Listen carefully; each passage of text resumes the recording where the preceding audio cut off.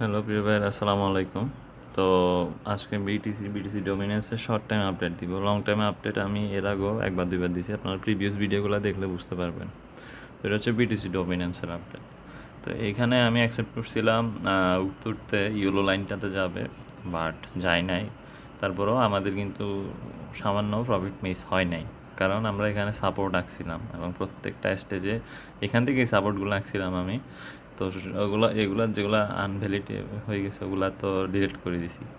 তো উপরে যে তিনটা ছিল, যখন এটা ব্রেক করছে অ্যান্ড ব্রেক করার পরে এগুলা যখন ব্রেক করতেছে তখন বুঝতে পারছি যে কি এটা হচ্ছে যে আপ ট্রেন্ড আছে, ওই আপ ট্রেন্ডটা হচ্ছে যে কন্টিনিউ হচ্ছে না, এটা হচ্ছে যে আপ ট্রেন্ড থেকে নাও ডাউন ট্রেন্ডে আসছে।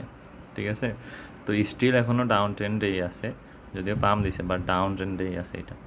তো ডাউন ট্রেন্ডে আছে বলে আমরা এখনও ফুল এক্সিট নিই নাই বা ভালো পরিমাণ এক্সিট নিই নাই, এখনও অলসে হিউজ পরিমাণ এন্ট্রি আছে, যদিও 20% আমাদের সেল করাইছে।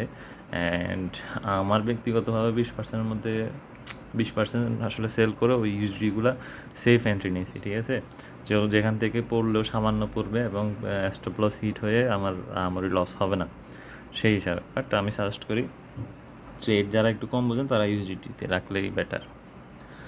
তো এবং 20% সেল করার জন্য আমি কিন্তু আপডেট দিছি ইয়াতে, আমাদের টেলিগ্রাম চ্যানেলে। এখন আসেন বিটিসি ডমিনেন্স কোথায় আসতে পারে। তো বিটিসি ডমিনেন্সের আমাদের দুইটা বিগ সাপোর্ট আছে। ওই জায়গাগুলোতে আসলে আমি মোটামুটি এক্সিটের কথা ভাববো, ফুল না মোটামুটি ভালোই এক্সিটের কথা ভাববো।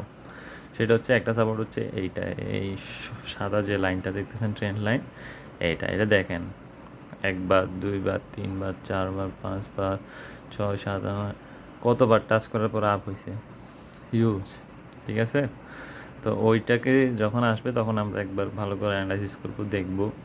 যদি দেখি যে না ওইটাকেও খুব বাজেভাবে ব্রেক করছে তাহলে তো আমাদের জন্য ভালোই, তখন হচ্ছে যে আমরা এই সাপোর্টটা ধরবো, এই ট্রেন্ড লাইনের সাপোর্টটা। ঠিক আছে, তো এখানে আসলে সাবধান হব, কারণ বিটিসি সিচুয়েশন খুব বেশি ভালো না। হ্যাঁ, বিটিসি কিন্তু আপনাদের আমি দেখাই, বিটিসি ডোমিনেন্স তো ভালোই, বিটিসি ডোমিনেন্স 42, দ্যাট মিনস আমাদের জন্য ভালো।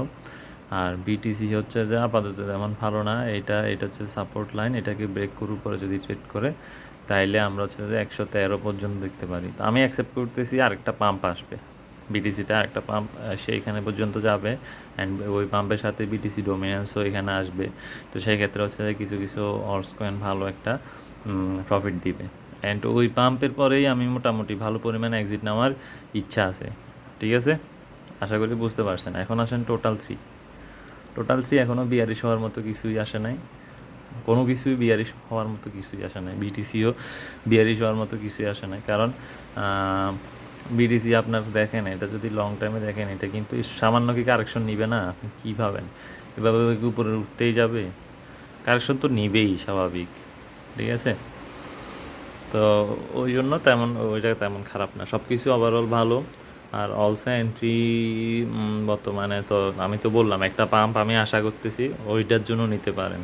ঠিক আছে, লং টাইমের জন্য এটা যখন ব্রেক করবে অ্যান্ড হচ্ছে বিটিসি ডোমিনেন্স আমার এই ট্রেন্ড লাইনটারে ব্রেক করলে ভালো একটা দেখতে পাবো।